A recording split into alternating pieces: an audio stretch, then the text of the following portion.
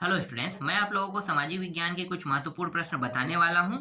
ये जो प्रश्न मैं आपको बता रहा हूं ये आपके वार्षिक पेपर के लिए बहुत ही महत्वपूर्ण प्रश्न है। इसलिए आपको ये सारे प्रश्न याद कर लेना है। तो चलो मैं आपको दिखा देता हूं प्रश्नों को। तो यहाँ पे देखो, पहला प्रश्न क्या है।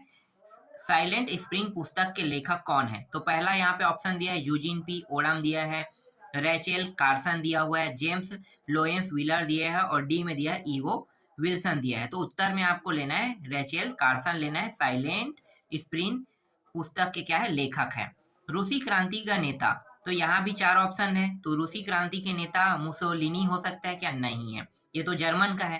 ठीक है, हिटलर ये भी जर्मन है। जार निकोलस ये नहीं है। बचा क्या? लेनिन। तो उत्तर क्या आएगा? लेनिन आ जाएगा। तीसरा है परमाणु खनिज के लिए प्रसिद्ध खनिज है। तो यहाँ पे ग्रेफाइट है, बॉक्साइट है, क्रोमाइट है, यूरेनियम है। तो यहाँ पे उत्तर लेना है यूरेनियम लेना है। यूरेनियम से ही ऊर्जा पैदा किया जाता है। यूरेनियम से परमाणु बम बनता है, मतलब ऊर्जा का साधन क्या है? यूरेनियम। इसलिए उत्तर रहेगा यूरेनियम रहेगा। इसके बाद अगला जो प्रश्न है उसको मैं दिखा देता हूँ। अगला प्रश्न है द्वीपों का देश।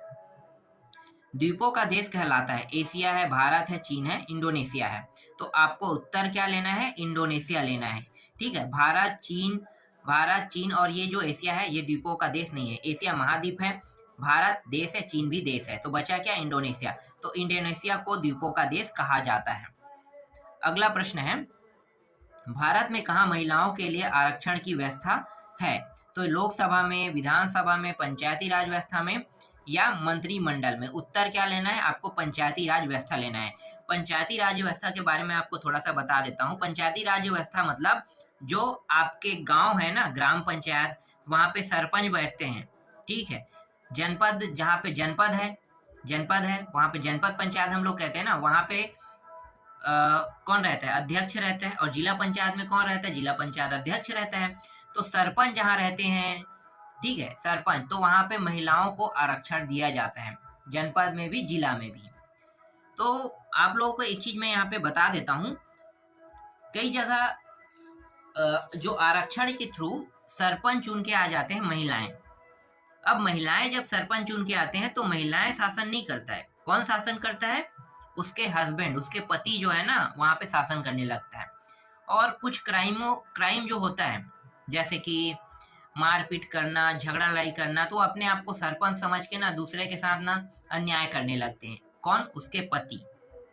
तो ये गलत चीज है। या तो सरकार को डायरेक्ट ना लड़कों के लिए पद निकालना चाहिए, जैसे अपने लिए ये लोग रखे हैं कि अपने पद में कभी महिला ना आए, इसलिए ये लोग आरक्षण नहीं दिए हैं। देखो, लोकसभा जहाँ पे सांसद होते हैं, विधानसभा जहाँ पे विधायक होते हैं, जहाँ मुख्यमंत्री बनते हैं, लोकसभा वाले लोग क्या बन सकते हैं? मतलब यहाँ से लोकसभा वाले लोग जो है वो सत्ता चलाते हैं, मतलब प्रधानमंत्री तक के पद में, बड़े बड़े पद में रहते हैं। ठीक है, वहां पे मंत्रिमंडल है। तो मतलब आप समझ सकते हो कि वहां ये लोग ऐसा कोई प्रावधान नहीं किया है, जबकि निम्न स्तर में किया। और निम्न स्तर में ये बहुत दिक्कत होता है भाई। अब जब आप बदलाव करते हो तो दूसरे के लिए करो, तो अपने लिए भी करो। और एक और नुकसान क्या है पता है? यहाँ पे पंचायती राज व्यवस्था में 8वीं पास महिला, अगर लड़का हो या लड़की हो, 8वीं पास होना चाहिए, वही सरपंच बन सकता है। यहाँ पे प्रावधान है, लेकिन अपने लिए एक भी पढ़ाई की जरूरत नहीं है, कह रहे हैं यहाँ पे।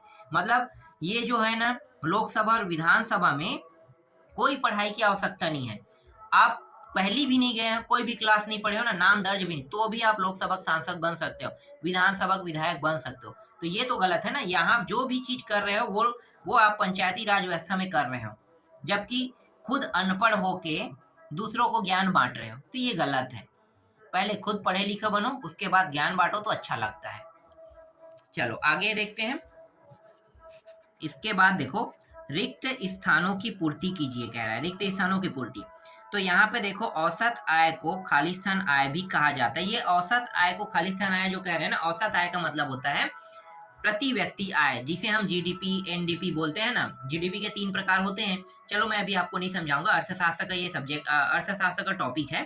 ठीक है, तो जीडीपी जीडीपी की एक टॉपिक है जिसे हम प्रति व्यक्ति आय कहते हैं। प्रति व्यक्ति आय जो है यही औसत आय है। अब ये बटा कैसे होगा या बना कैसे होगा, तो मैं आपको बता देता हूँ। देखो, जब भी राज्य सरकार कर्जा लेती है या केंद्र सरकार कर्जा लेती है ना, तो वो जितने लोग हैं उन सभी लोगों के ऊपर कर्ज थोप दिया जाता है। कैसे थोप दिया जाता है? मान लो छत्तीसगढ़ का अभी जो कर्ज है ना, वो अपने लिमिट पे है, चरम सीमा पे है। मतलब 1 लाख करोड़ कर्जा ले चुका है, और हमें एक साल में ना जो टैक्स वसूली होता है छत्तीसगढ़ सरकार को, वो 1 लाख करोड़ होता है। लगभग लगभग मान लो 1 लाख करोड़ के आसपास होता है। ठीक है, इससे पिछले में 94-95 करोड़ हुआ था, अब 1 लाख करोड़ मान लो। तो 1 लाख करोड़ होता है, और 1 लाख करोड़ में सरकार को बजट बनाना होता है। और जितना मतलब टैक्स वसूली होता है, ठीक है, 1 लाख करोड़, उन सभी के हिसाब से जो राज्य सरकार है उन्होंने कर्जा लिया है। अब कर्जा लिया है तो जो कर्जा है ना, वो किस किस के ऊपर थोपा जाएगा? जितने व्यक्ति हैं इस राज्य में रहते हैं, उन सारे व्यक्तियों के ऊपर ये कर्जा थोपा जाता है। अब ये समझ में आ रहा है मैं कहना क्या चाहता हूँ? सभी व्यक्तियों के ऊपर, जो बच्चे पैदा भी होते हैं ना, उनके ऊपर कर्ज चढ़ जाता है। और इसका नुकसान क्या है? इसका नुकसान है पाकिस्तान और श्रीलंका जैसे हालात पैदा होना। अगर आपको मुफ्त की वस्तु बांटेगा सरकार अपने चुनाव जीतने के लिए, ये लोग क्या करते हैं, चुनाव को जीते तो चुनाव को जीतने के लिए मुफ्त में वस्तुएं बांट दी जाती है, और वो वस्तु फ्री में मिल जाता है, और फ्री की वस्तु मिलने के कारण हम बहुत खुशी मनाते हैं। लेकिन अगर इसी तरह से फ्री में बांटते रहेगा तो नुकसान क्या होगा?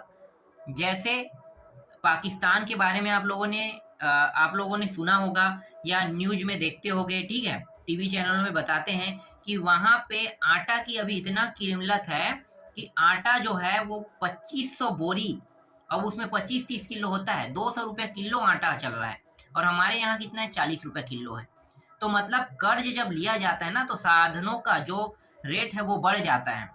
अब जैसे छत्तीसगढ़ में ही मान लो, छत्तीसगढ़ में छड़ है, सीमेंट है, गिट्टी है, इनका रेट बढ़ चुका है, पहले कम था। कर्ज नहीं होने पर रेट कम होता है, कर्ज बढ़ जाने पर क्या होता है, रेट बढ़ जाता है, क्योंकि टैक्स ज्यादा लेगा सरकार। और इसके जाल में कौन फंस रहे हैं? आम लोग, मतलब हम भी कर्ज में है ना, हर एक व्यक्ति कर्ज में, तो हो हमसे ही लेगा पैसा पूरा। हम लोग जब छड़ लेंगे तो हम उसको टैक्स ही देंगे, हर चीज। तो सरकार कहेगा मुझे 50% टैक्स चाहिए, तो मान लो छड़ का रेट अभी कितना है, 63-64 था, 50% टैक्स कह दिया तो वो कह देगा 10,000 रुपये छड़ का रेट है। तो 10,000 रुपये छड़ के रेट में कितना टैक्स देना पड़ गया? 50 तो सरकार ही खा गया। तो ये जो है ना, कर्ज के कारण ये नुकसान होने को मिलता है। हम फ्री में बहुत सारी चीजें जरूर पाते हैं सरकार से, लेकिन वो हमें हमेशा नुकसान पहुंचा के चला जाता है। जब सत्ता उनसे उनसे चला जाएगा तो दूसरे सरकार आएंगे, वो नुकसान करेगा। इसलिए वो सरकार मैं अच्छा मानता हूं जो कर्ज कम ले। देखो अभी जो है ना मोदी गवर्नमेंट का, इससे पहले वाले में बहुत नाम हो रहा था। कारण क्या था कि कर्ज हमारा कम हो रहा है, कर्ज हमारा कम हो रहा है कह के हो रहा था। अभी जो है थोड़ा सा विवाद में चल रहा है, तो अलग बात है, मैं किसी सरकार को नहीं यहाँ पे कह रहा हूँ कि कांग्रेस को बोल रहा हूँ, ना भाजपा को, ना अदर जो पार्टी उनको बोल रहा हूँ, बता रहा हूँ कि ये चीज ऐसा होता है। जब एक समय इंदिरा गांधी थी तब भी बहुत अच्छा काम हुआ था, जब अटल बिहारी वाजपेयी थे तब भी अच्छा काम हुआ था। ठीक है, ये लोग अच्छा काम क्या कहते हैं, 1971 की लड़ाई वाला जो मैटर है ना, इंदिरा गांधी ने किसी भी मतलब पार्टी का नहीं सुना, उन्होंने सीधा चढ़ाई कर दिया। मतलब पाकिस्तान बार बार ना दोगलापंथी कर रहा था, तो वो डायरेक्ट क्या कर दिया, चढ़ाई कर दिया, और बांग्लादेश को आजाद कराया। ठीक है, 1971 की घटना है ये। इसी तरह से ये जो अटल बिहारी वाजपेयी जी हैं, उन्होंने भी क्या किया था कि अमेरिका के बात को किसी को भी नहीं सुना, उन्होंने सीधा परमाणु परीक्षण कर दिया। तो ये कुछ अच्छे काम है, और ये देखो दोनों अलग अलग पार्टी से हैं, एक है कांग्रेस से और एक है बीजेपी से, तो कुछ अच्छा होता भी है। ठीक है, चलो इसमें ज्यादा मैं नहीं बोलने वाला। ये जो स्टोरी मैं आपको बता रहा हूँ, ये स्टोरी जो है आपके ही टॉपिक का स्टोरी है ना, कोई अदर जगह से मैं नहीं बता रहा हूँ। ठीक है, ये पूरा स्टोरी जब आप इतिहास पढ़ोगे तो इतिहास के टॉपिक में स्टोरी को पढ़ना पड़ेगा। तो इसलिए थोड़ा सा आप लोगों को ये मदद भी मिल गया कि ये जो सामाजिक विज्ञान के टॉपिक में इतिहास का ही ये टॉपिक है। ठीक है, तो थोड़ा सा आप लोग को ये मदद मिल गया कि आपको ज्यादा पढ़ना नहीं पड़ेगा ये सारी चीजों के बारे में। ठीक है, 4 टॉपिक होता है सामाजिक विज्ञान में, इतिहास होता है, अर्थशास्त्र होता है, राजनीति होता है, और आपका भूगोल होता है। तो सभी टॉपिक सामाजिक विज्ञान में रहता है। चलो आगे देखें। इसके बाद देखो, रबी की फसल का मुख्य खाद्यान्न फसल खालिस्तान है। उत्तर क्या लेना है, गेहूं लेना है। छत्तीसगढ़ में चना भी बोया जाता है, लेकिन पहले के हिसाब से हम उत्तर लेंगे, पहले गेहूं ज्यादा बोते थे, अभी अभी वर्तमान में चना आया है। तो हम गेहूं को ही उत्तर लेंगे। रबी फसल क्या है? गेहूं है। सबसे ज्यादा कुपोषित होने की संभावना खालिस्तान वर्ग में होती है, तो गरीब वर्ग लेना है। और अगर उम्र पूछे तो एक से लेके 10 साल के एज तक कह सकते हैं, 1 से 9 बोलते हैं, 1 से 9, ठीक है, आयु वर्ग। नाइजीरिया के राष्ट्रपति और प्रथम राष्ट्रपति नहीं सॉरी नाइजीरिया के राष्ट्रवादी और प्रथम राष्ट्रपति खालिस्तान थे, तो उनका नाम है नमादी आजिकिवे। और पांचवा जो प्रश्न है इसको देख लेते हैं। नियमगिरी जनजाति क्षेत्रों में खनन खालिस्तान एक्ट का उल्लंघन था, तो यहाँ पे आपको लेना है पीसा एक्ट का उल्लंघन था। चलो अब मैं आपको दिखा देता हूँ उचित संबंध ना। आर्थिक मंदी का समय मैंने जब आप लोगों को पढ़ाया था या किसी टॉपिक में आप लोगों को बताया था, तब मैंने आप लोगों को बताया, शायद नहीं आप लोगों को नहीं, मैंने बताया था एमपी बोर्ड के विद्यार्थियों को बताया था आर्थिक मंदी के टॉपिक का। आर्थिक मंदी जो है 1929 से 1934, कई बार ये 1928 दिया रहता है, 1928 से 1934 दिया रहता है, ठीक है। तो आपको यहाँ पे ये देखना है कि कई बार डेट जो है 28 भी रहता है, 29 भी रहता है, तो आपको 29 लेना, बाकी ये 34 तो रहेगा ही रहेगा, ठीक है। आगे देखो, मिट्टी प्रदूषित होता है किसके कारण? तो यहाँ पे ऑप्शन नहीं दिया है, मैं यहाँ पे लिख लेता हूँ ई वाला ऑप्शन, रसायन लिख लेता हूँ, रसायन, ठीक है। रासायनिक जो खाद है उनका उपयोग करने से मिट्टी क्या होता है? प्रदूषित होता है। फिर सरकारी योजना, नरेगा जो है ना, ये जो मनरेगा है ना, यही सरकारी योजना है, ठीक है। इसके बाद देखो क्या है, जीवन शैली में तीव्र प्रभाव। जीवन शैली में तीव्र प्रभाव जो है वो टेलीविजन के कारण होता है, ठीक। एक और टॉपिक है जो दूसरे साइड में दिया हुआ है, चलो इसको दिखाता हूं मैं। क्या है? द्वितीय विश्व युद्ध। द्वितीय विश्व युद्ध के बारे में बताया, तो द्वितीय विश्व युद्ध जो है यहाँ पे इसका उत्तर यहीं पे है, देख लेते हैं। ये 1939 से 1945 तक के हुआ था। प्रथम विश्व युद्ध अगर पूछ देता तो याद होना चाहिए, 1914 से लेकर 18 तक की चला था, ठीक है। 1914 से 18, 4 साल वो चला था और ये 6 साल चला है। इसके बाद मैं आपको छोटे छोटे टॉपिक के प्रश्नों को उत्तर दे देता हूँ। देखो जैसे कि यहाँ पे देखो, सकल घरेलू उत्पाद, जीडीपी में आ गया ना, सकल घरेलू उत्पाद। सकल घरेलू उत्पाद का अर्थ बताइए। तो राज्य के एक वित्तीय वर्ष के दौरान सभी उत्पादित अंतिम वस्तुओं एवं सेवाओं का मूल्य कह रहा है। जीडीपी आपको समझ में आ रहा है, मतलब सकल घरेलू उत्पाद आपको समझ में आ रहा है। देखो राज्य का मतलब यहाँ पे देश से है, राज्य मत समझना, ठीक है। अर्थशास्त्र में और सभी जो संविधान है, राजनीति है, उसमें राज्य कह दिया जाता है। राज्य का मतलब होता है देश। मतलब हमारे जो भारत देश में है ना, एक साल में जितने प्रोडक्ट उत्पादित होते हैं, ठीक है, जितने प्रोडक्ट उत्पादित होते हैं, चाहे वो कार हो चाहे बाइक हो, ठीक है, इसी साल बने हुए, मतलब मैन्युफैक्चरिंग जो होता है वो इसी साल होना चाहिए।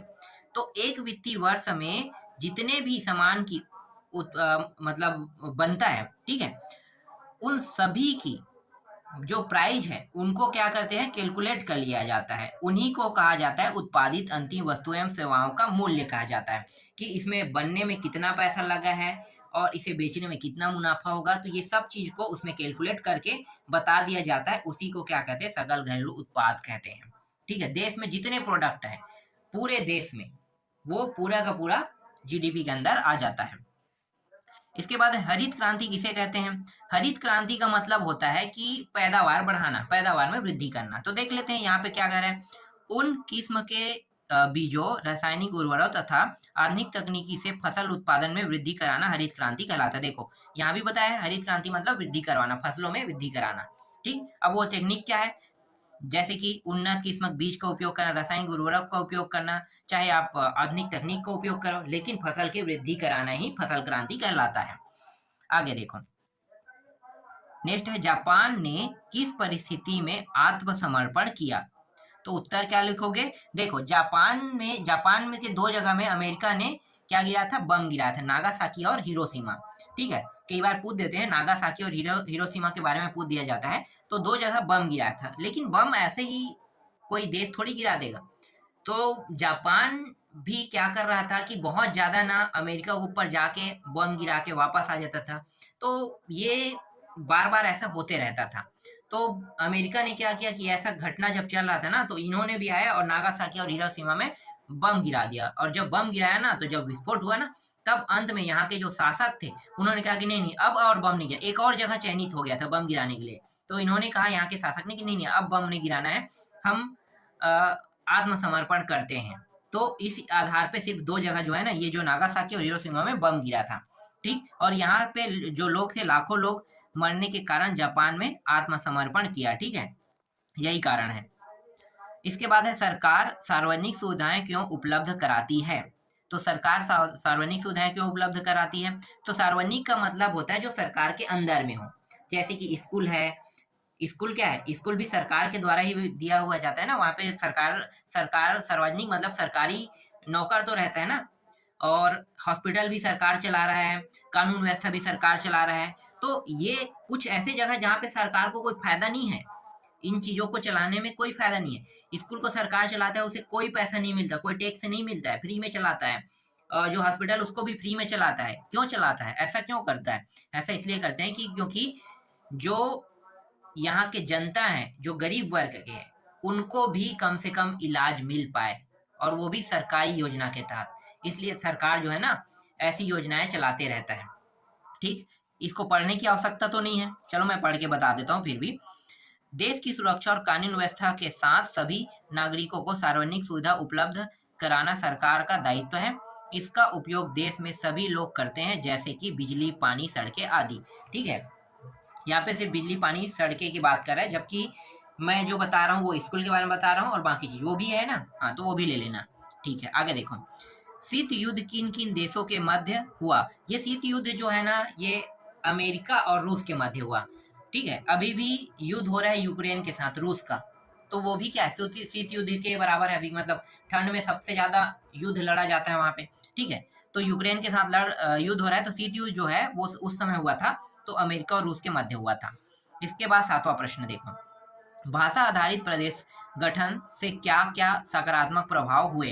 देखो, भाषा आधारित, भाषा के आधार पर सबसे पहला जो राज्य बना है ना वो आंध्र प्रदेश है। यहाँ पे दिया है कि नहीं दिया है मुझे नहीं पता, मैं आपको पढ़ के बताऊंगा तभी मैं बता पाऊंगा, मुझे याद है तो मैं बता रहा हूँ।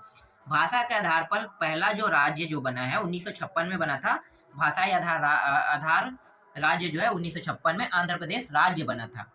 और आंध्र प्रदेश ये जो राज्य है भाषा के आधार पर बनने वाला पहला राज्य था। चलो इसके बारे में देख लेते हैं क्या क्या सकारात्मक प्रभाव हुए ना। पहला देखो, भाषाई आधारित राज्य बनने से भारत विघटन के संकट से बच गया, पहला। दूसरा, इसमें राष्ट्रीय एकता प्रबल हुई। तीसरा, विभिन्न भाषा बोलने वालों को सम्मान मिला। चौथा, सबको अपनी भाषा व संस्कृति के विकास का अवसर मिला। इसके बाद 8वां देखो, एक उपनिवेश और स्वतंत्र देश के बीच क्या क्या अंतर होंगे। उत्तर क्या लिखोगे, एक साम्राज्यवादी शक्तिशाली देश दूसरे देश पर अपना अधिकार जमाकर उसका राजनीतिक, आर्थिक, सामाजिक शोषण करे तो वह उस साम्राज्यवादी देश का उपनिवेश होगा। जैसे 1947 ईस्वी के पहले भारत ब्रिटेन का उपनिवेश था। स्वतंत्र देश जिसकी अपनी सरकार, अपना संविधान हो, वह दूसरे साम्राज्यवादी देशों के अधिकार में न हो। जैसे 1947 ईस्वी में भारत स्वतंत्र देश बना, ठीक है। तो उपनिवेश अलग होता है, स्वतंत्र देश अलग होता है। उपनिवेश का मतलब यहाँ पे बताया है, अब मैं आपको थोड़ा समझा देता हूँ, ऐसे आपको समझ में आ गया होगा, नहीं आया तो मैं बता देता हूँ। देखो, उपनिवेश में क्या था, पहले भारत जो देश है वो किसके अधिकार में था, ब्रिटेन के। मतलब ब्रिटेन जो है कब्जा करके रखे हुए थे, ब्रिटेन कब्जा करके रखा हुआ था, और वो लोग सत्ता चलाते थे वहां पे। जो वायसराय होते थे ना, वायसराय, तो वायसराय के थ्रू ये लोग सत्ता चलाते थे, ठीक है। और शासन कहाँ पे था, इनका मेन जो शासन था वो इंग्लैंड में बैठ के यहाँ पे एक अधिकारी भेज देते थे, और वो अधिकारी यहाँ पे सत्ता चलाता था देश में। तो वहां के जो संविधान है, ठीक है, वो लोग जो संविधान भारत के लिए डिक्लेयर करता था वही संविधान हमें मिलता था। मतलब उनके द्वारा जो जो चीज दिए गए हैं वही चीज हमें प्राप्त होता है।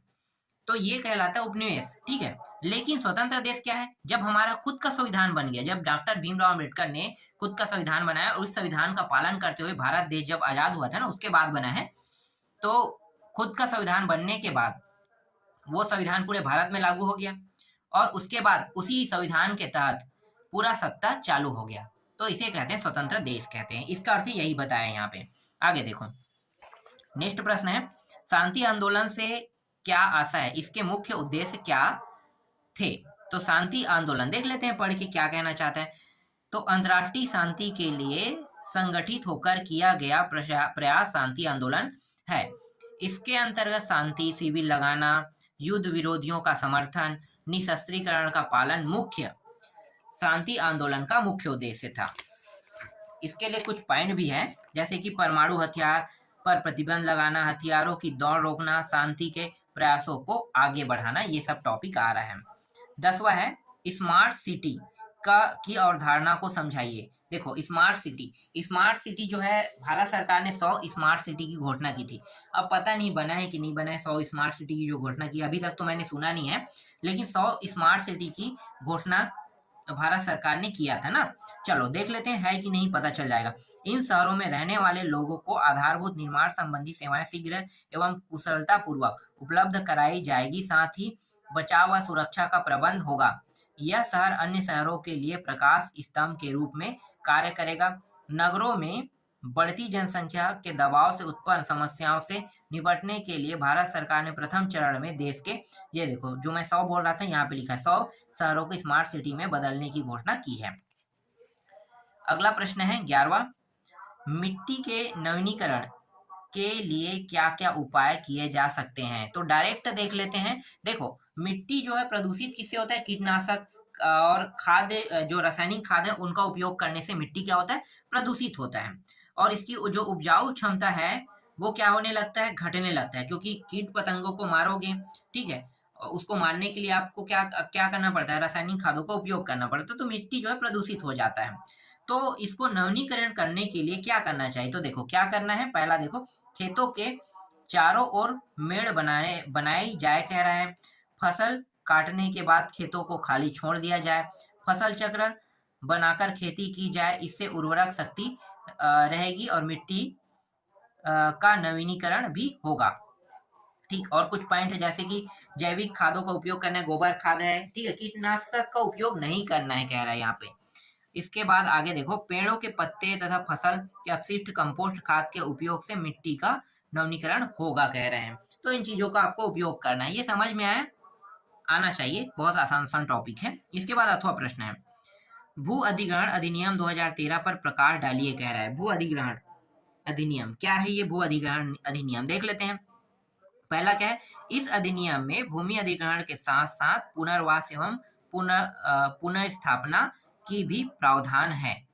दूसरा है, निजी कंपनियों अथवा सार्वजनिक निजी भागीदारियों के इस्तेमाल हेतु भूमि के अधिग्रहण के मामले में 80% विस्थापित व्यक्तियों की सहमति अपेक्षित है।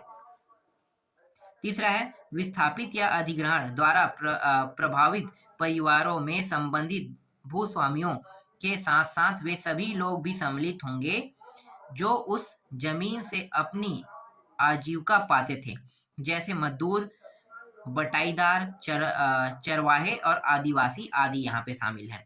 इसी तरह से चौथा है, केवल अति विशेष परिस्थितियों में ही बहुफसली व सिंचित कृषि भूमि का गैर कृषि उपयोग के लिए अधिग्रहित किया जा सके। इसके बाद 12वां प्रश्न देख लेते हैं। 12वां प्रश्न में प्रथम विश्व युद्ध के किन्हीं 4 कारणों का उल्लेख किया। देखो मैं प्रथम विश्व युद्ध बताया था ना, प्रश्न अगर पूछ दे क्या लिखना है, 1914 से 1918 लेना है। यहाँ पे आ गया देखो प्रथम विश्व युद्ध से, तो 1914 से 1918 के बीच प्रथम विश्व युद्ध लड़ा गया था। अब आप लोग कहोगे तृतीय विश्व युद्ध कब लड़ा गया? तृतीय विश्व युद्ध नहीं लड़ा गया है, लेकिन अब ऐसा जब देशों को लड़ाई करते हैं देखते हैं ना, तो ऐसा लगता है कि अब तृतीय विश्व युद्ध होने वाला, ऐसा लगने लगता है ना स्थिति, लेकिन अभी तक नहीं लड़ा गया, 2 ही विश्व युद्ध लड़ा गया है। देखो प्रथम विश्व युद्ध के बारे में बात कर लेते हैं। साम्राज्यवादी शक्तियों में संघर्ष, पहला क्या है, यूरोपीय राष्ट्र इंग्लैंड, ठीक है, यूरोपीय राष्ट्र क्या है? इंग्लैंड है। जर्मनी, फ्रांस, इटली, ऑस्ट्रिया आदि साम्राज्यवादी देश अपने साम्राज्य विस्तार में लगे हुए थे और उपनिवेशों की छीना झपटी में संघर्ष होना निश्चित था। ठीक है, जैसे कि अपने ये लोग क्या कर रहे थे? साम्राज्य विस्तार, जैसे कि इंग्लैंड जो है वो भारत पे कब्जा करके बैठा हुआ था, ठीक है, तो इसी को क्या कहते हैं? साम्राज्यवादी विस्तार। मतलब इसी तरह से हम दूसरे देशों को भी कब्जा करेंगे, फिर दूसरे देशों को, इस तरह से चाइना को जापान ने कब्जा किया था, ठीक है, ये समझ में आ रहा है। चाइना को जापान ने कब्जा किया था। चलो आगे देखते हैं। इसके बाद है उग्र राष्ट्रीयता की भावना। तो 1870 से 1918 के मध्य यूरोप के राष्ट्र उग्र राष्ट्रीयता की भावना से ग्रसित थे। अपने राष्ट्र के सिवाय उन्हें कुछ नहीं दिख रहा था। इस प्रकार की उग्र राष्ट्रीयता इंग्लैंड, स्पेन, पुर्तगाल, जर्मनी, इटली, फ्रांस, हॉलैंड आदि देशों में विकसित हुई। तीसरा, सैनिक गुटबंदी। 20वीं सदी के प्रथम दशक तक विभिन्न यूरोपीय राष्ट्रों ने स्वयं को दो विरोधी गुटों में विभाजित कर लिया था। जर्मनी, ऑस्ट्रिया हंगरी तथा इटली ने अपना गुट बनाया, तो दूसरी ओर फ्रांस, रूस और ब्रिटेन ने अपना त्रिगुट बनाया। चौथा है तत्कालिक कारण कहलाए। तत्कालिक कारण में आपको उत्तर लिखना है। प्रथम विश्व युद्ध का तत्कालिक कारण था सर्बिया ने जून 1914 में ऑस्ट्रिया के राजकुमार और उसकी पत्नी की गोली मारकर हत्या कर दी। इसका बदला लेने ऑस्ट्रिया ने सर्बिया पर हमला किया। सर्बिया की मदद के लिए रूस और ऑस्ट्रिया की मदद के लिए जर्मनी आगे आए। देखते देखते विश्व युद्ध प्रारंभ हुआ कह रहे हैं। इसके बाद देखो 1914 ईस्वी में प्रारंभ हुए युद्ध को विश्व युद्ध कहा जाता है। इस कथन की पुष्टि कीजिए कह रहे हैं। तो क्यों कहा जाता है? क्योंकि इसमें कई देश शामिल हुए थे। ठीक है, मैं आपको ऐसे ही बता देता हूँ। एक धुरी राष्ट्र होता है और एक जो है वो मित्र राष्ट्र होता है। धुरी राष्ट्र के साथ जो है जर्मनी जो है वो मुख्य रूप से, इसका मतलब मुख्य रूप से जर्मनी है मान लो धुरी राष्ट्र, और इसमें और इसके साथ सहयोगी भी थे। और जो मित्र राष्ट्र है जैसे रूस है, इंग्लैंड है और अमेरिका, ये सभी एक साथ मिलके जर्मनी के खिलाफ मान लो युद्ध किए थे। समझो जर्मनी के साथ देने वाले और भी देश थे, लेकिन मैं उनका नाम अभी नहीं बता रहा हूँ। ठीक है, मेन रूप से जर्मनी ही था, क्योंकि हिटलर उस समय थे। तो हिटलर था, तो हिटलर क्या करना चाहता? साम्राज्यवाद को विस्तार को बढ़ाना चाहता था। तो ये सबको अपने तरफ जो जो इसके मित्र बन सकते हो वो अपना मित्र बनाए, लेकिन मेन जो दावेदारी था ये जर्मन की ओर से ही हो रहा था। ठीक है, तो ये मेन चीज है, टॉपिक है, इसको पढ़ के बताने की जरूरत नहीं है, इसको पढ़ लेना। ठीक है, अथवा प्रश्न है तो अथवा को आप लोग याद कर लो, और इनमें जितने भी प्रश्न है वो सारे प्रश्न आपको याद करना है।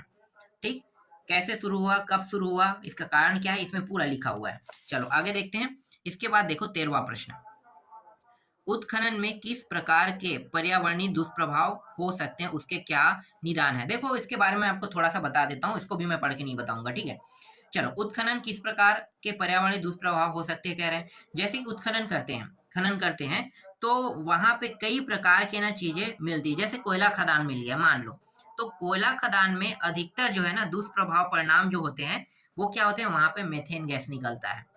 अब मेथेन गैस निकलेगा तो मेथेन गैस का रिसाव होगा, और जो व्यक्ति कोयला खदान में काम कर रहे हैं उनकी भी मृत्यु हो जाती है इसी वजह से। तो अक्सर सुनने को मिलता है कि कोयला खदान में मेथेन गैस के रिसाव से ही लोगों की मृत्यु हुई है। ठीक है, तो ये इसका टॉपिक है। चलो मैं आपको इसका दिखा देता हूँ उत्तर। ठीक है, जितना दिखाई दे उतना ही याद कर लो, ज्यादा याद करने की जरूरत नहीं है। 4 नंबर का प्रश्न है, इसका अथवा भी टॉपिक होगा, और ये सब टिक है ना आईएमपी में। और इसके बाद देखो भारत में सौर ऊर्जा का भविष्य उज्जवल है, क्यों कह रहा है, तो देख लेते हैं ये क्या कहना चाहता है। पहला है, भारत एक उष्णकटिबंधीय देश होने के कारण साल भर बहुतायत मात्रा में सूर्य के प्रकाश की प्राप्ति होती रहती है। बिल्कुल सही कह रहे हैं। 8 से 9 महीना ना भारत देश में सबसे ज्यादा तेज धूप होता है या गर्मी होता है। गर्मी जो है, हम लोग गर्मी वाले क्षेत्र में रहते हैं, तो 8 से 9 महीना गर्मी होता है। तो यहाँ पे सोलर पैनल है ये बहुत काम करता है। सोलर पैनल जो है बहुत काम करता है, और बहुत कम समय के लिए यहाँ पे ठंडा होता है। अभी भी जैसे ठंडा जो होता है वो भी अब तो धीरे धीरे कम हो रहा है, खत्म होते जा रहा है। जैसे पहले बहुत ज्यादा ठंड लगता था वैसे अब नहीं लगता है। इसका मतलब ये है कि पूरी तरह से गर्मी वाले क्षेत्र में अब हम लोग रहने लगे हैं। ठीक, इसलिए यहाँ पे सोलर जो सौर ऊर्जा है, मतलब सोलर सेल यहाँ पे बहुत उपयोगी है। तो यहाँ पे 4 टॉपिक बताया, देख लो, चारों को उत्तर मैं आपको दिखा देता हूँ, यहाँ से आप पढ़ सकते हो। ठीक है, चाहो तो, वरना आप अपने हिसाब से भी उत्तर लिखोगे तो भी कोई गलत नहीं होगा। आगे देखो, भारत में समृद्धिशाली देश है जिसके निवासी निर्धन, विस्तार से वर्णन कीजिए कह रहे हैं। ठीक है, देखते हैं क्या क्या है। जनसंख्या में तीव्र वृद्धि बिल्कुल हो रहा है, बेरोजगारी भी एक समस्या है, इसका भी उत्तर देख लो, पढ़ लेना। ठीक है, ये छोटा मोटा टॉपिक है, पढ़ने बस की आवश्यकता है आपको, ये रटने की जरूरत नहीं है। क्या क्या होता है बस समझ जाओ, उसके अंदर जो लिखना है लिख देना। ठीक, उत्तर आपको मिल जाएगा। और इसके बाद प्रकृति संसाधनों का अपूर्ण दोहन, अपूर्ण दोहन प्राकृतिक संसाधन, जैसे कि क्या है प्राकृतिक संसाधन में, जैसे जंगल है प्राकृतिक संसाधन, उनका पूर्ण दोहन हो रहा है ना, मतलब पूरी तरह से खत्म होने के कगार में आ गया। फिर निम्न स्वास्थ्य स्तर, ठीक है, ये भी एक कारण है। इसके बाद देखो जनसंख्या विस्फोट समाज के लिए घातक है कैसे कह रहा है। ये कोई बड़ा टॉपिक नहीं है, मतलब एक प्रकार की निबंध है, निबंध याद कर लेते हो तो ये आप बता सकते हो। जैसे कि खाद्यान्न समस्या होगा, जहाँ पे जनसंख्या ज्यादा होगा वहां पे खाद्यान्न होगा। कई लोग कहते हैं ना जनसंख्या में कि भाई जनसंख्या में जब भारत सरकार जब रोक लगाती है तो कई लोग आने लगते हैं कि हम जितने बच्चे चाहे उतना पैदा कर लें, आपको रोकने की क्या जरूरत है। रोकने की जरूरत इसलिए है क्योंकि एक समय ऐसा आएगा कि खाद्यान्न सरकार उपलब्ध नहीं करा पाएगी। अभी जो है ना पाकिस्तान की स्थिति देख लो, पाकिस्तान छोटा सा देश है, जब बाढ़ आया तो वहां पे जितने भी फसल थे वो सब बर्बाद हो गया। अब जब फसल बर्बाद हो जाएगा तो जो उत्पादन होगा वो क्या हो जाएगा, जीरो। और जीरो होगा तो वहां के लोगों को क्या, वहां के लोगों को खाद्यान्न मिल पाएगा, नहीं मिल पाएगा। भारत बड़ा देश है तो यहाँ भी तो नदियां हैं, यहाँ भी तो होते रहता है ऐसा कुछ। तो अगर जनसंख्या लिमिट में है तो हम खाद्यान्न उपलब्ध करा सकते हैं, लेकिन लिमिट से ज्यादा हो जाएगा तो खुद हमें बाहर से मंगाना पड़ेगा। जैसे कि टर्की देश है, ठीक है, बाहर से खाद्यान्न मंगा, बाहर से लेता है, वो यूक्रेन से लेता था, वो भी अब खत्म हो गया। यूक्रेन से आने ही नहीं देता है खाद्यान्न को, रूस तो हमला करके गिरा देता है। तो भारत जो है टर्की को बेच रहा था, टर्की ने उसे लौटा दिया, कुछ वायरस के चक्कर में ऐसा कुछ हुआ था, ठीक है। तो देखो जहां जो देश ना मतलब पैदावार जनसंख्या बढ़ाने में लगे रहते हैं ना, वो लोग पैदावार, अफगानिस्तान भी वैसा ही है, पैदावार तो नहीं बढ़ा सकते ना, लोगों की जनसंख्या बढ़ा से कोई फायदा नहीं है। अगर आप 8 बच्चे 9 बच्चे रखते हो और अगर उनमें से बच्चों को पालने के लिए खाद्यान्न उपलब्ध नहीं करा सकते तो इससे अच्छा है कि लिमिट जनसंख्या में जाओ, क्योंकि अच्छे लाइफ जियो। यूरोप क्यों अच्छा लाइफ जीता है, उसके पास जनसंख्या कम है लेकिन उनके पास सारी चीजें हैं, वो दूसरे को कर्जा देता है, उनके मनी भी बहुत है, मतलब हमसे ज्यादा है। तो ये यही सब कारण है, ठीक। चलो आगे देखते हैं। और इसके जो समस्या जैसे आवास की समस्या होगा, बेरोजगारी की समस्या होगा, निम्न ये जीवन स्तर होगा, ये सारी समस्या पैदा होगी, ठीक है। 15 देखो, भारतीय रिजर्व बैंक की भूमिका पर संक्षिप्त टिप्पणी डाली। भारतीय रिजर्व बैंक के बारे में मैंने बताया था, ठीक है, क्या बताया था, कुछ छोटा मोटा टॉपिक बताया था कि भारतीय रिजर्व बैंक ने चेतावनी दिया था कि इनको राज्यों को चेतावनी दिया, राज्यों को चेतावनी दिया है कि आप लोग ना सरकार बनाने के लिए फ्री की चीजें मत बांटिए, ठीक है। ये भारतीय रिजर्व बैंक ने कहा था। अगर ऐसा करते रहोगे तो पाकिस्तान जैसी हालत हो जाएगा, करेंसी खत्म हो जाएगा, ठीक है, राज्यों की और कर्ज के जाल में फंस जाओगे, कर्ज मतलब कर्ज मांगते रह जाओगे और आप अपनी स्थिति को बनाने के चक्कर में पूरा डूबो दोगे। तो ये प्रॉब्लम होता है, ठीक है। यहाँ पे पढ़ लेना, ये दूसरे तरीके से बताएगा, मैं जो बता रहा हूँ बस इसको आपको याद दिलाने के लिए बता रहा हूँ। और यहाँ पे इसके कुछ टॉपिक है, इसको भी पढ़ लेना, ठीक है। इसके बाद देखो बैंक के 5 कार्य कह रहा है। बैंक के 5 कार्य आप देख सकते हो क्या करता है, एक तो कर्ज देता है, ठीक है, खाते में पैसा जमा करता है, ये सारी चीजों आप बता सकते हो क्यों क्या होता है कैसे होता है, जानते हो बैंक के बारे में। नहीं जानते हो तो 1-2 बार देख लेना टॉपिक को, या अपने किसी से पूछ लेना, पूछोगे तो ज्यादा अच्छा है, ठीक है। आगे देखो 16 है, बहुराष्ट्रीय कंपनी किस देश में उत्पादन इकाई लगाने के पूर्व किन किन बातों का विशेष ध्यान रखती है। तो इसका उत्तर मैं आपको पूरा दिखा देता हूँ, ये रहा, ठीक है, ये पूरा उत्तर यहाँ पे लगा हुआ है।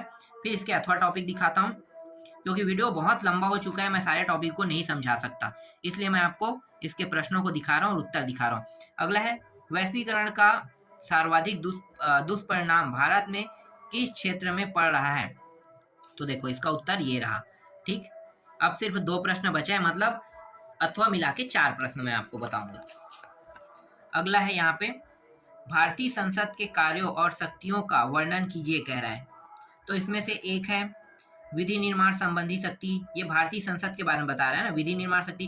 कार्यपालय संबंधी शक्ति है, इसके पास ही है। इससे रिलेटेड कई प्रश्न एग्जाम में आ चुके हैं और आता भी है ये, ठीक है। एक है वित्तीय शक्तियां हैं, बहुत बड़ा बड़ा याद नहीं करना है, छोटा छोटा टॉपिक याद कर लेना, जितना छोटा हो सके उतना याद करना, ठीक है। इतना बड़ा बड़ा नहीं लिखना, इतना बड़ा बड़ा लिखने में लग जाओगे, भले 5 नंबर का है लेकिन आपका समय पूरा खत्म हो जाएगा। यहाँ पे संवैधानिक कार्य है, निर्वाचन कार्य है, ठीक है। ये 5 टॉपिक काफी है, 5 टॉपिक के बारे में याद कर लेना। और इतना ही बड़ा, जैसे कि ये जो है ना 30 शब्दों में होगा, 30 शब्दों में इसको भी लिखना तो 150 शब्दों के आसपास हो जाएगा। 5 नंबर में 150 शब्दों में बहुत होता है, ठीक। चलो आगे देखते हैं। इसके बाद आ जाते हैं, यहाँ पे आ जाते हैं। देखो यहाँ पे क्या है, सर्वोच्च न्यायालय की शक्तियों एवं कर्तव्यों का वर्णन कीजिए कह रहा है। ये प्रश्न बैंक से प्रश्न लिया है। तो सर्वोच्च न्यायालय की शक्तियां क्या है, प्रारंभिक क्षेत्राधिकार है। दूसरा है यहाँ पे, इसके अंदर और दो है, राज्यों से संबंधित विवाद है, ये विवादों का निपटारा करता है। मौलिक अधिकारों से संबंधित विवाद का भी निपटारा कौन करता है, सर्वोच्च न्यायालय, सुप्रीम कोर्ट, ठीक है। इसके बाद अपील अदालत भी यही चलाता है, अपीली क्षेत्राधिकार, संवैधानिक अपील, ठीक है। अगला क्या है, दीवानी और फौजदारी अपीलें भी ये चलाता है, ठीक। ये है टॉपिक। इसके बाद 18वां दिखा देता हूँ। 18वां प्रश्न में है, महिला और पुरुष मतदाताओं की संख्या में मतदान का प्रतिशत किसका और क्यों कम होता है, ठीक है। तो देखो यहाँ पे उत्तर मैं आपको दिखा देता हूँ, यहाँ तक के है, ठीक है। आगे देखो, दबाव समूह की प्रमुख विशेषताएं लिखिए कह रहा है। दबाव समूह की प्रमुख विशेषताएं, बहुत आसान आसान प्रश्न पूछा है। ये दबाव समूह के बारे में बता देता हूँ, ठीक है। कुछ चीजें तो आप लोग जानते होंगे, लेकिन दबाव समूह क्या काम करता है। दबाव समूह जो है ना, सरकार बनाने में भी मदद करता है, और कुछ ऐसी योजनाएं सरकार लागू कर देता है, उसको ना हटवाने में भी दबाव समूह काम करता है। जैसे कि आप लोगों को पता होगा कि किसान वाला जो अभी आंदोलन होता है, किसान आंदोलन, ठीक है, वो किसके लिए होता है, एक बिल आया था ना किसानों के लिए। तो किसानों के लिए जो बिल आया था, वो बिल पंजाब वालों को एक भी पसंद नहीं आया। उन्हें लगा कि इससे नुकसान है, ठीक है। ये मैं नहीं कह रहा हूं भाई, ये कह रहा है वो बिल के तहत वहां के लोग कह रहे हैं कि इस बिल से हम लोगों को फ्यूचर में नुकसान है, इसलिए इस बिल को हटाओ। इसके लिए आंदोलन हुआ था। तो भारत सरकार इसमें अड़ गया था कि हम इस बिल को नहीं हटाएंगे, इसमें आप लोगों को फायदा है, आपका जो आय है वो दोगुना हो जाएगा। उनका कहना ये हुआ था। लेकिन किसान लोगों का ये कहना था कि ये इससे हमें नुकसान है, आपको इसे किसी भी कीमत में वापस लेना होगा। तो बहुत लंबा टाइम तक चला, बहुत लंबा टाइम तक। तो ये क्या है, किसान जो आंदोलन चला था, ये एक दबाव समूह है, ठीक है। किसान लोग जो है वो क्या बना रहे हैं, एक संगठन का निर्माण किया, किसानों का एक नेता होता है भाई। तो उन लोगों ने कहा कि हाँ भाई, ये इसमें नुकसान हो रहा है, इसे हटाओ। तो बहुत समय के बाद ना किसानों के बातों को सुना गया है। तो ये दबाव समूह। इसके अलावा जैसे आरएसएस है, ठीक है, ये पार्टियों को, जैसे बीजेपी पार्टी की मदद करता है, तो उसे बनाने में भी मदद किया है। वो ये भी कह सकता है कि प्रधानमंत्री कौन बनेगा, ये भी वो बता सकता है कि आरएसएस ने तय किया है कि प्रधानमंत्री ये बनेगा, क्योंकि ये अच्छे से शासन चला सकता है, जैसे मोदी बना है। तो वो ये कह सकता है, ठीक है। तो ये दबाव समूह है। अगर उसे लगा कि ये गवर्नमेंट की तरह मतलब अच्छे शासन नहीं चला पा रहा है, तो वो कहेगा कि ये अच्छे से नहीं चला पा रहा है, इसे हटा दीजिए। तो ये दबाव समूह है, ठीक है। ये मदद भी करता है और कुछ चीजों को हटाने में भी मदद करता है, कुछ गलत नीतियों को हटवा देता है। तो दबाव समूह का काम यही सब होता है, ठीक है। इसमें पूरा यही चीज लिखा होगा, आप लोग पढ़ लेना, ठीक। इतना काफी है।